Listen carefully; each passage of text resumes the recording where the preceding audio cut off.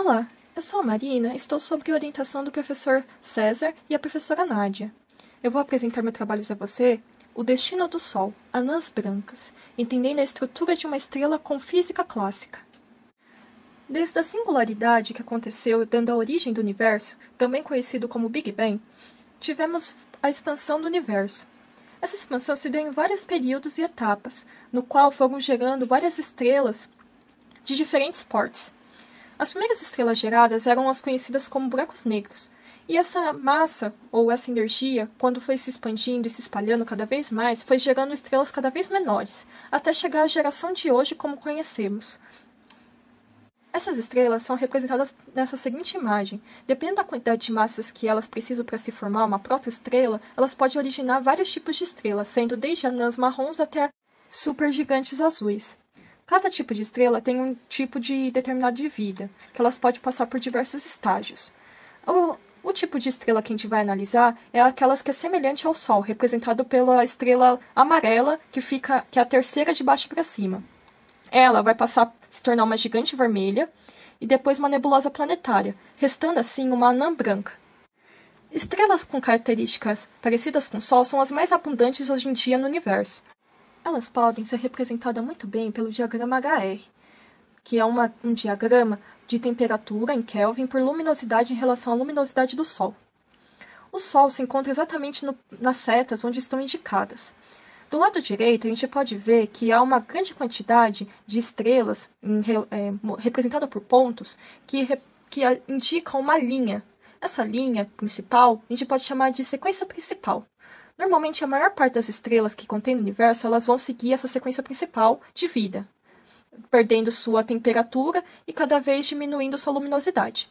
Porém, mais ou menos em um estágio, quando perde bastante sua temperatura, ela pode acabar se tornando uma gigante vermelha, assim representado no diagrama esquerdo, o caminho.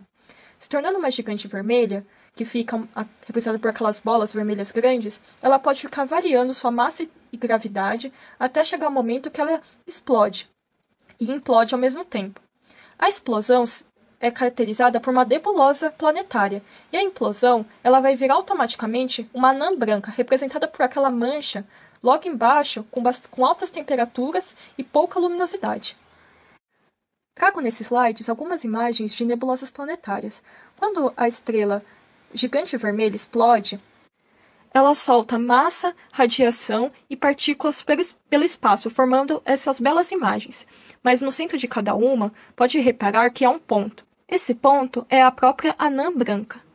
Uma característica curiosa sobre a anã branca é que quando ela implode, ela fica do tamanho parecido com o tamanho da Terra. Podemos modelar uma primeira aproximação de uma estrutura de uma estrela com física clássica. Inicialmente, devemos utilizar a lei da gravitação de Newton. Podemos considerar a força gravitacional da estrela considerando um ponto na superfície da estrela de massa desprezível. Essa massa podemos chamar de dm. Dessa forma, podemos escrever abaixo a força gravitacional da estrela no modelo mais básico.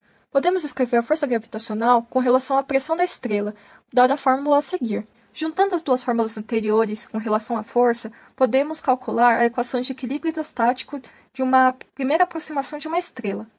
Porém, ainda a seguir, devemos considerar que temos o ρ, que é a densidade de massa. Essa densidade de massa pode ser descrita de acordo com a equação da relatividade especial, que seria o mc², que é expresso pela densidade de energia igual à densidade de massa vezes a velocidade da luz, que é o c, elevado ao quadrado. Vamos manipular a equação de equilíbrio hidrostático chegado no slide anterior, de forma com que a gente coloque índices adimensionais para a massa, para a pressão e para a densidade de energia, mostrado em azul e em verde. Posteriormente, fazendo essa manipulação, iremos colocar com o índice adimensional da energia a equação politrópica.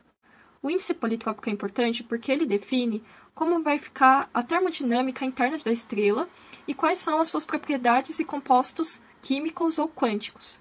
Por fim, podemos chegar numa equação de equilíbrio hidrostático com a politrópica de forma simplificada, considerando todas as constantes como alfa. Podemos calcular também a massa com relação à densidade de massa e o raio. Para chegar nessa mesma fórmula da massa da estrela com relação ao índice politrópico, devemos passar pelo mesmo processo que a gente passou pela equação hidrostática. Quando se estuda uma estrela, podemos separar o estudo em 3 principais etapas. O estudo do interior das estrelas, que se dá pela equação politrópica ou índice gama da equação politrópica, no qual a gente caracteriza ela pela termodinâmica e materiais que constituem a estrela, podendo envolver a física quântica. Quando se estuda a estrutura da estrela, podemos caracterizá-la pela relação pressão, massa e raio. O estudo da superfície da estrela se dá pelo fluxo de luminosidade e temperatura que é obtido através das observações estelares, como representado pelo diagrama HR. Como a iniciação científica ainda está em andamento, os próximos passos desse trabalho será a parte de uso computacional, para realizar a integração dessas fórmulas, obtendo a relação de massa, pressão e raio. Pretende-se relacionar-se esses dados numéricos com os dados observacionais e relacionar com o diagrama HR. Algumas referências e muito obrigado!